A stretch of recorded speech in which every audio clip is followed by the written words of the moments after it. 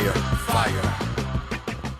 Low down and This week on the $1 Million Plan, we've got a recent college graduate who starts her job next week. And so I get a chance to help her make great decisions before she gets her very first paycheck. She's 23 years old, and she joins me now, and her name is Katie. Katie, hello.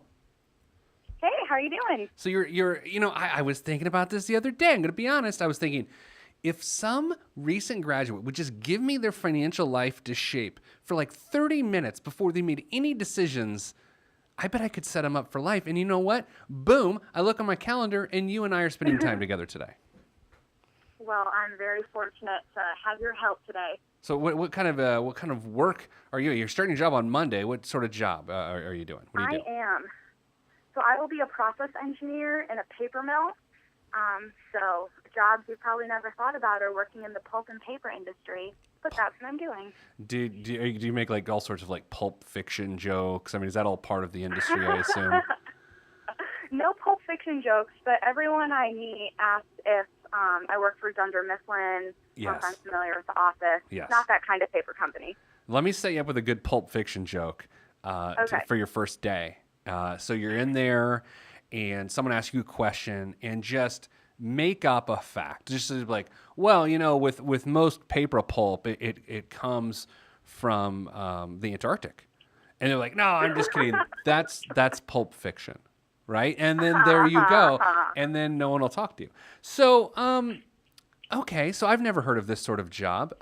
What kind of money does someone make as that job? Well, as most children don't grow up and want to be paper science engineers, the average starting salary for my degree is $68,000 a year. Wait! I thought paper was like a thing of the past. I thought we all write on iPads and things. Well, until there's an iWipe app, Yeah. the toilet tissue, Amazon boxes, Did you say all that online shopping and Did you butt say wiping that we're doing. You said iWipe, didn't you? I did. That was amazing. Is that like a joke within Oh. the paper industry? Oh, absolutely. That's Okay. like the line that we tell all the parents that are like, my kid's not going to graduate with a job because paper's dying. And we always throw out the iWipe line. I like that iWipe line. All right, so how much are you going to make? Average is 68. Are you bringing the average up, or are you taking it down? I'll be bringing it up to 72. $72,000 in your first job out of college. And so some estimates we're going to give here. We think your take-home pay is about $4,000, right? Yes. All right. So do you have any major bills going on? Do you have like student loans or credit card debt? Do you owe like a bookie, or like do you owe money to anybody? Fortunately, I'm super blessed. I've got no student debt, no credit card debt, no car loan. My one major expense is I've got a really rambunctious dog, and we'll be paying about $250 a month for him to go to daycare while I'm working long days, so that he can be a nice, tired dog when I get back after a long day. First, a couple points of order here. First of all, we when you say I'm highly blessed, you have to say hashtag blessed, hashtag highly favored. Hashtag blessed, hashtag thanks, mom and dad. Yeah, right. And then second of all, $250 a month for daycare for your dog. What's your dog's name? This is important. His name is Moose. Moose, and something tells me his name's Moose in an ironic way because it's like a chihuahua, or it's actually a giant beast. Which one is it? He is a 50-pound brown standard poodle, so he is kind of moose-like. I grew up with poodles. People say they're smart dogs. Here's the thing: they can't read. Now, you don't have many expenses. What are your living expenses? Like what you're renting, right? And you share rent. Yeah. So I do. So what are you going to pay in rent? I'll be paying about $650 a month in rent. Okay. Try to keep it under my 25% of take home. I am in the Northeast, so utilities are a little high with paying for heat come winter time. Yeah. And, don't have any details on insurance plans yet from work because work starts on Monday and haven't gotten that information, though I know I will have an employer-sponsored plan. So I'd say it's pretty normal living expenses. So of course you live in the Pacific Northwest. Or you say Northeast or you say I'm Northwest? sorry. Where are you in in? Northeast. You're in the Northeast. I made up Northwest, which would also I make might sense. have misspoken. No, I misheard. So here's the thing. You've got a ridiculous amount of discretionary income to do whatever you want with. And I think if we set you off on the right foot, it's going to make a difference. You estimated right off the bat that you're going to be putting about $360 a month in your 401k, which includes the match, right? Right. I knew no matter what, I'd be hitting the match, and then anything beyond that, whether that's Roth IRA, adding more to the 401k, wanted to talk through where the rest of that money should go. That's minimum. Yeah, so this is perfect. Let's go ahead and take a look at your $1 million day here. Based on $1,700 in your Roth IRA and based on putting $360 a month, that's it, right now away, your $1 million day is May 14th, 2054. Okay, so May 14th, 2054, which means in retirement, you would have a total of $1.8 million at your current pace. And before I go much further, let me just illustrate a very simple point here. We talk on this show called $1 Million Plan about what it takes to be a millionaire. I'm going to be very honest with you for a second. Putting $360 a month away for retirement when you make $72,000 a year, not a lot of money. You're not putting away a lot of money, but you're going to have nearly $2 million by the time you retire, which shows the impact of starting early, right? Mm-hmm.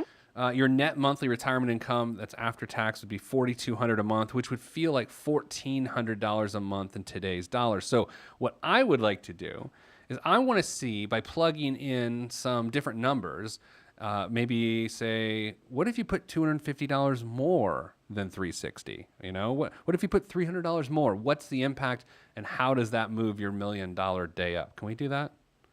Absolutely. All right, so $360. Again, your date is May 14th, 2054. If you added another $250 a month or $3,000 a year, that it changes your time frame by 6 years. It moves you from 2054 to 2048, and then at retirement, instead of 1.8 million, you have $3 million. Sounds pretty nice, but can we do more? Can we do it? It's like a game show. That's right. What was your favorite? You're young. I'm not. What was your favorite game show? Did you watch game shows? Was this a thing for you? What do you watch? Only game shows I can really think of is like hanging out in the kitchen waiting for dinner to be cooked. Sure. That was like Wheel of Fortune and Jeopardy, but I know that's also from your generation too. Yeah, and so the real good game shows. I mean, you got Price is Right. You've got Press Your Luck, which was way before your time. Even Double Dare. You didn't want Double Dare had to have been before your time too on Nickelodeon. Yes, way before my time. Jeez. Not way before, but before. Nicole, come here for a second. Nicole, you're 23, 24, right? Yes. Do you remember any of these things? Not really. So, I was gonna say I've seen Price is Right live. Oh. I've seen it taped. That was an opportunity that I had a couple times, and I don't know. I'm really big on Wheel of Fortune, though. no. Oh, fun fact. Thank you, Nicole. You're welcome. Fun fact, Katie. Did you know that the maestro of my music on our soundtrack here, Mr. Kinetic, my good friend Mr. Kinetic, his dad won a blue GMC Sonoma on The Price is Right. Now that is a fun fact. It blew your mind, didn't it?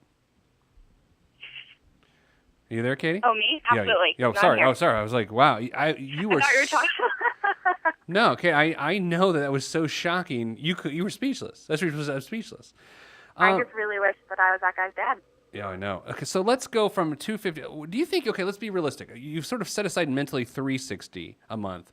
Do you think you could set aside how much more? When you want to press the limits here? You want to see what 500 additional a month does? Well, if I remember correctly, maxing out a Roth IRA is like an additional $450-ish a month. Okay. Is that right? Sure. So I was setting kind of minimum for myself, at least starting off, the $360 a month to the 401k, Sure. and then maxing out the Roth IRA, and then kind of reevaluating, do I have more to put in retirement? All right, let's do that. So it's $458 is a month is what you can put into your Roth IRA. Not to mansplain the right amount to you, but I just did. Thanks for the correction. You're welcome. And that would move you up 9.29 years to January 30th, 2045, and at retirement you would have a $4 million. Okay. I'd be like 51 Yeah. when I. Right? I like that. So how confident are you that you can commit to maxing out the Roth right away? Based on the amount of discretionary income that I have, I'm super confident that I can max it out. Okay. Maybe not this year because we're in the second half Sure. of the year that I'll start, but definitely for the first full year of work. Okay, so let's talk about other financial priorities. If you ever want to buy a house, or when you need to buy a car, or other goal, like what else do you want to do? Well, buying a house was one thing I wanted to talk about. So to start off, I'm not interested in buying a car anytime soon. I've got a 2015 Subaru Forester that's perfect for the snow that I'm about to get up here.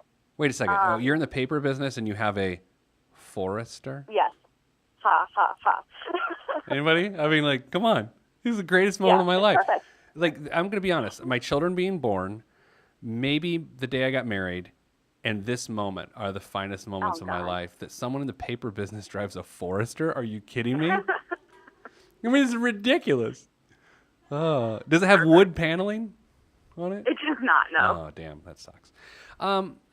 Okay. So anyway, you don't need it because you have a Forester. You don't need a car. But housing, how long are you going to be where you are now? If I look at other people in the industry as the best example, I'll probably be moving every 2 to 3 years for the first couple years of my career. Our company's headquarters is in a super low cost of living area, so all my friends that start off working there will almost immediately buy a house after graduation. But I know that that's not something that I necessarily want to commit to. So I did want to hear your thoughts on buying a home before you know that you're there to stay. No, it's like getting married before you know you like the person you like. You know, like it's like you go on a few dates and you're like, I'm not sure. Let's get hitched. Like, no, yeah, I mean, no way.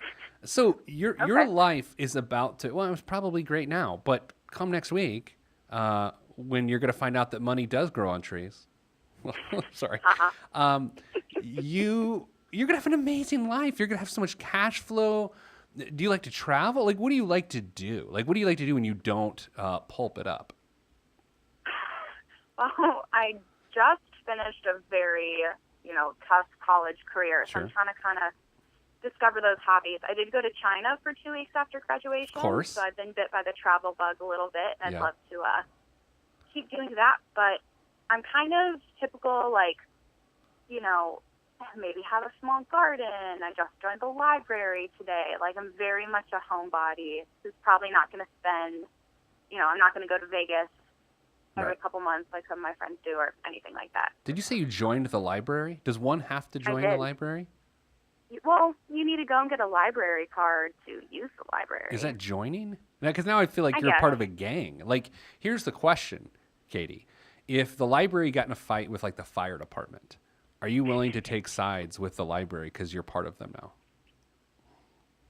Based on the fact that the library is full of flammable material, I might be team firefighters Yeah. in that one. Here's the thing. You probably But- know. You have to know about fire with paper, right? Is that part of the science of paperage? It's something you learn on the job about fire prevention in the mill. There's a lot of dust, obviously a lot of flammable materials, but we Right. don't have class on, how does paper burn 101.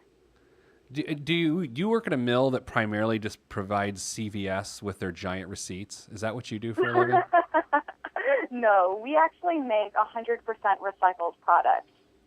Pringles cans are one of ours, for example. Whoa, Pringles cans. I do have a Pringles can in the studio. Do you ever watch PeteThePlanner.tv or do you only listen? I have, and I've seen the Pringles cans Oh my that God. your grandparents My grandpa. kept their savings in. Yeah, oh my gosh, you make Pringles cans? We do. I don't know if we made that Pringles can back in the day, but I mean, is this not the best episode of the show ever? Holy cow. best ever. Okay, so if you like to travel, let me give you a secret here. If you like to travel, don't spend a lot on housing. Like you only need one roof over your head at a time. So if you spend less on housing where you live, and then you can have a roof over your head all over the world by traveling when you want to travel, I would do that now instead of getting a house in which you may be forced to sell if you move in the next few years. And by the way, and not that I'm a prognosticator here, the housing market's going to be in the crapper in like 2 or 3 years. So don't jump in if you think you're going to have to move. Okay. Yeah, that's interesting. Now you can save for a down payment. How much do you have in savings, like boring savings? Did we talk about that?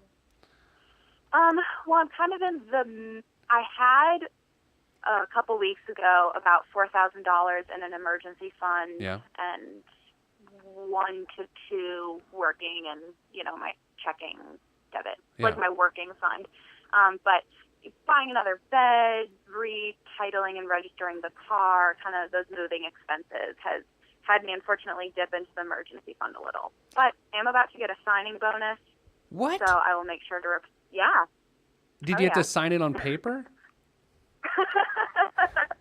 I'm not sure.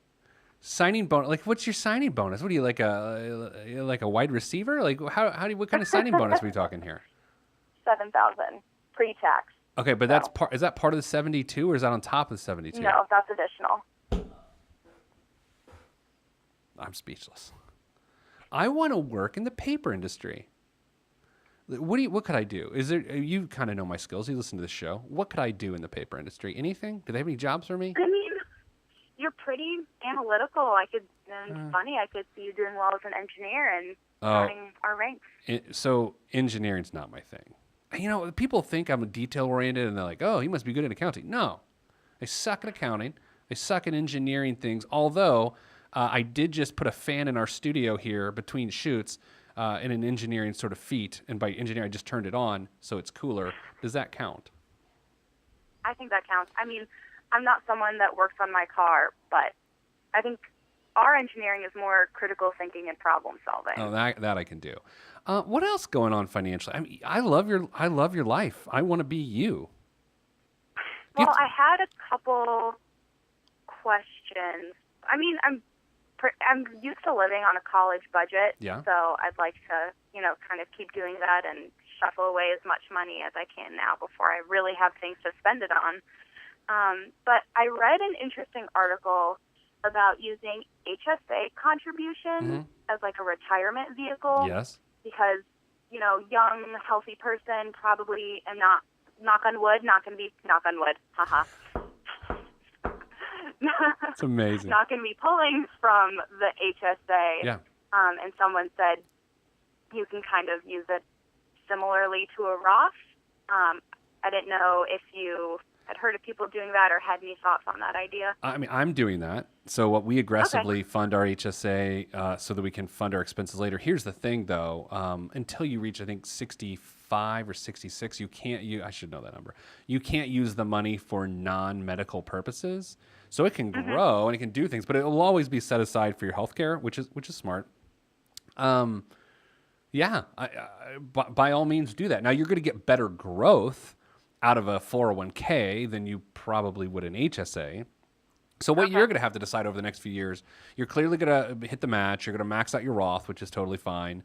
And then you're going to decide, well, I have extra money. Am I going to then crank up my 401k? You probably should get a nice base level going in your HSA, at least to hit the deductible, right? I would like to see you get $3,000 to $5,000 in your HSA in the next 18 months or so. Okay. Because that way, if a medical issue comes around, you're gonna be on your own insurance, right? You're not gonna be on your parents'? Yes, all on my own. I love this. I mean, do you pay your own cell phone bill? I haven't transferred that yet over because my company will help pay for my cell phone, but that is in the works. And how about your car insurance? Is that on your own yet? I am paying for my own car insurance.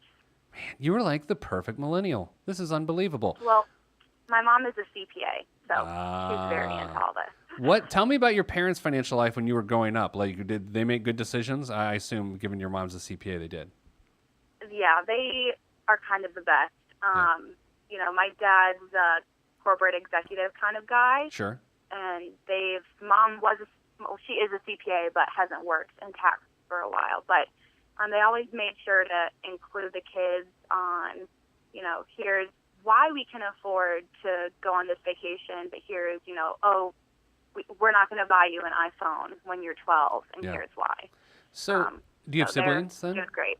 Siblings? Pardon? You have siblings? Yeah, little sister. Okay. Do you think she'll pick up the same financial sensibility that you have? She really likes to spend, Yeah. and I'm a lot more of a saver, but We'll see. I think with the right coaching from my parents, she'll be fine. She's not the type to go listen to Pizza Planner and Yeah. kind of learn on her own. Well, if she's a young teen, she probably shouldn't be listening to my show. No offense, young teens. I just don't have anything for you. That's right. There's no, okay, so my wife was a high school English teacher for a very long time, cross country and track coach, and anytime she'd wrote me in, or back in the day, to like go speak to high school kids about money, like she'd always hook me up with the econ teacher, and I'd have to go do that. I never feel less cool than being in front of high school students. Now, I feel uncool most of the time, but standing in front of teenage kids, that like any pop culture reference I make is like, have you guys heard of Perry Cuomo? Like it's like 90 years old. It's ridiculous. So important question: do you have to wear boots at your job since there's like wood and stuff I around? do. Steel-toed boots, Oh my God. hard hat, all that. You're a badass. What other questions do you have? I'm enamored. I'm enamored. All right. So next question. I know that your favorite topic ever is life insurance. Yeah.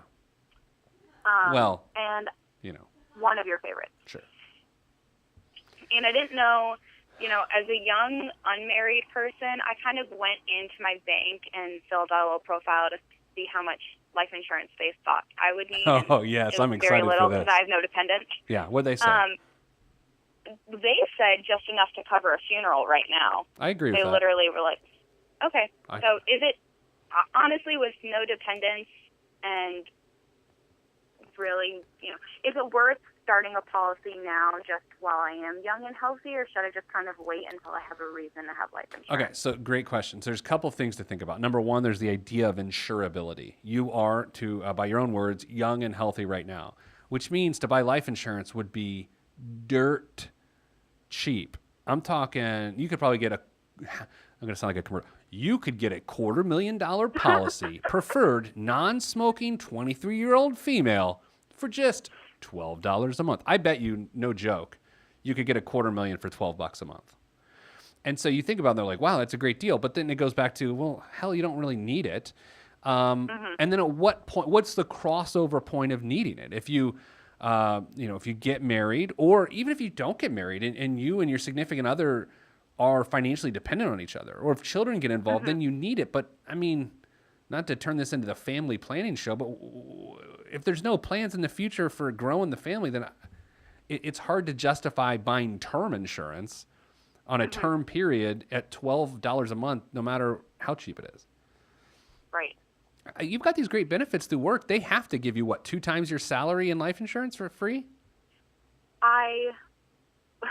This is funny. So as an intern, I went in and I found an old benefits package. Yeah. So I have a little bit of stuff, but I haven't gotten my updated one or haven't seen it. So I don't know what I'll have through work, but whatever you consider a standard, if they're paying me $72,000 a year, they probably have some sort of minimum. You're going to have insurance. 72 minimum and probably 144. Like I bet you have 2 times. This is an interesting question. I do work in an industry where I wear a hard hat and safety boots. Sure. And unfortunately, safety issues can happen. I know a couple people who pay for like an optional disability insurance if I was ever to be injured at work. The likelihood is so low, but I know that's the thing with insurances. Well, I mean, frankly, the fact that you said it right. You're wearing safety glasses, you're wearing steel-toed boots, you're wearing a hard hat. I almost called it a helmet. It shows you how manly. I call it a helmet sometimes. Yeah, it's like, hey, anyway. Absolutely, you should buy the supplemental. Right now, disability insurance is 100 times more important to you, Katie, than life insurance is. So Okay. I would absolutely buy supplemental life insurance, and I would just let the base life insurance be enough for now. Now, here's the big if. If you happen to have a lot of heart disease or cancer or major conditions in your family that you're like, oh, I'm probably going to get that. You might want to consider getting permanent life insurance now to guarantee insurability. But if that's not an issue, then I wouldn't sweat it. Okay, I'll have to get more details on the family medical history from my mom. I think a lot of it is lifestyle related, from Sure. what I know. So Yeah. hopefully, if I, eat healthy and exercise, those will be kind of avoidable. What else? This is fantastic. I'm so excited. I just makes me want to use paper. I'm going to be honest. Well, you should just tell your kids that they should consider a career in the paper industry, and they'll be all set. If my daughter worked with you someday, she would be your loudest coworker. Oh. I love her. She's me, unfortunately for her, which means that she's got a lot of words and uses them all the time. All right. Well, I give you a 10 out of 10. Look, I don't see a lot of 23-year-olds that are doing what you're doing, and you have the chance to. $72,000 is a lot of money. Let's be honest. But even if you made $72,000 every year for the rest of your life, you're going to have $4 million at retirement. Your income's going to go up. Like, I got to assume you'll be into the six figures by the time you're 30, right? Yep. You're great. Just wear a hard hat. Wear your helmet every day. I'll wear my helmet. I love that you have a Forester. I mean, seriously? Like, seriously, that's the greatest thing ever. Oh, my gosh. Okay. And her name is Millie, like a paper mill. Millie the Forester. Millie the Forester. Gosh, this is so great. I got to end there. All right, Katie, please give us updates. I would love updates when you get your benefits package. Like, just email us, Nicole, and I'll get it to me, and we'll figure out what's going on. Thanks for sharing your story with us, and I can't wait for you to be a millionaire in, 2045. I'll be dead. But thanks for joining us. It's been a great time with you today. All right. Thanks so much, Pete. All right, so that's it for this week's $1 Million Plan. Of course, I'm your illustrious host, Pete the Planner. I'm going to have to Google illustrious to see if I used it correctly. Probably did not. If you want to be on the show, PeteThePlanner.com/podcast. I love it. A Forester for someone in the paper industry. Like, really? Really? That's it. Goodbye.